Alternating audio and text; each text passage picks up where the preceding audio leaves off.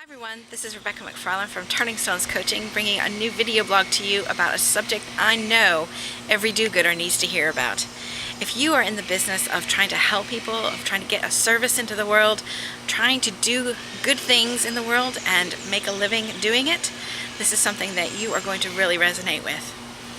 All of us who are out there trying to lead a movement of change, who are trying to do things in the world to inspire other people or to find people's potential or to change some ail or illness in the world, all need to learn how to lead a movement. And leading a movement requires, not surprisingly, leadership skills. And one of the leadership skills that I really think is undervalued and perhaps underappreciated a little bit is the power of being able to articulate and to develop a really powerful vision.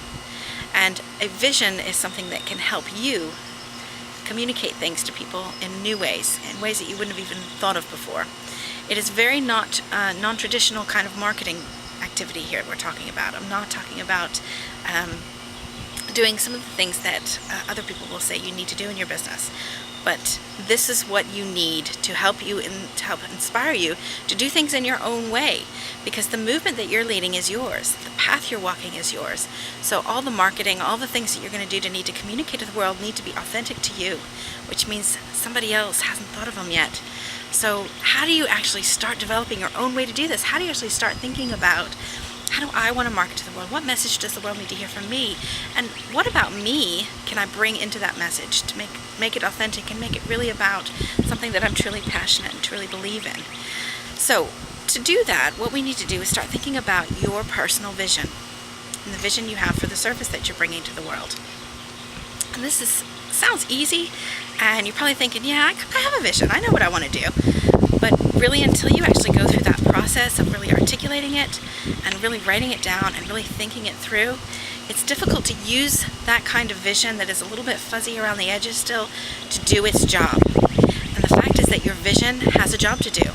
It is there to help you build your tribe, help you really communicate what you do to people, do for people. It's also there to help keep you focused, because if you have a fuzzy vision, things start kind of flashing around the edges of that. You're not always sure whether or not there are things you need to do or things you need to pass up. So that focus that you need in your life can come from your vision. It can also help you know when you're being successful. So what exactly is success to you? Help you make decisions, and help you know how to do things in your business that you might think about otherwise if you haven't gone through this process of really developing a very clear and a succinct vision for yourself and for the people who are following you. Okay, so we know a vision's important. It's going to help you communicate. It's going to help you keep focused. It's going to help you make decisions. It's also going to help make sure that you can measure your success as you go along your journey. But how do you actually get one? There's 3 simple things that you need to know about vision to help you create one.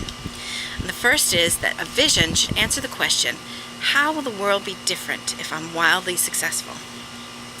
Imagine that you had all the time, all the energy, all the money, all the people that you could possibly imagine to help you move your cause forward, help you do the good that you want to do.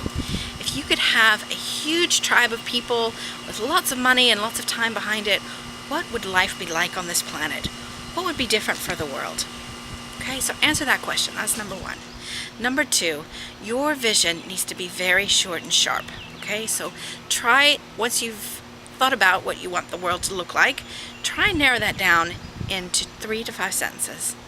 Okay, keep them very short and sharp, so you can start really narrowing down what it is that you think you want to do in the world. And the third thing you need to do is to then start thinking about what your mission is. And vision and mission sometimes get confused. A vision is very much about what the ideal outcome of your efforts will be. What will be different in the world? And your vision can be larger than you. Okay? It's really very much about where the dreaming comes into all of this stuff. And you need to think about, what would your vision be if you could do anything at all?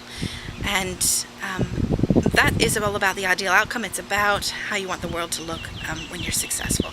Your mission is slightly different. Your mission is what your contribution is to that vision. Okay? So if a vision is going to take lots more people than you could possibly imagine, it's going to take lots more efforts than you can possibly do in a lifetime. But what is your mission is your purpose. And it can be a personal purpose if you are the kind of business owner who is doing something that's very close to your heart and very much about who you are. Spiritual advisors, coaches sometimes have very clear personal purposes, and those can link nicely over to their business purpose. But what is your purpose of being in business? What is the business there to do? And in our previous example, we had a world without poverty. If a business who has a vision of a world without poverty needs a mission, their mission might be something around helping the homeless find jobs. Okay, so it talks more about the doing, and the vision talks more about what the world will be. So there's the difference between the two, okay? So that is my 3 easy steps to getting your vision. Once you start doing those, you'll start getting a little bit more clarity about your message. And that's the first step. If you're not clear about your message out to the world, and you're not excited about that, it's going to be impossible for you to communicate that in a way that is exciting and interesting and helps people make changes and makes them join your movement and join your tribe of change leaders. You've got to believe it first. So this idea of getting this vision and making sure that you answering the question, what in the world do I want to change? What would be different about the world if I could be wildly successful? Get that narrowed down to 3 to 5 sentences that are short and sharp and aren't full of words that we would use in the business language. Make an 8-year-old understand it, is what I tell people. Make it simple, okay? It's got to speak to your heart.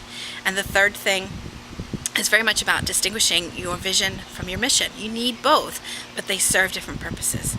So start thinking about what you want to change and then what your role is in changing it. And you're going to have the beginnings of an amazing message that you can easily get out to the world in a way that really speaks to you and gets you and everyone around you excited about doing the good that you're doing. I wish you the very best of luck in this. If you have anything at all that I can support you on, if you want to run your vision statement past me, I love this stuff. So please just email it to me anytime and I'll be happy to take a look. So I wish you the best of luck, and I will see you again next time. Thanks a lot, everyone. Bye.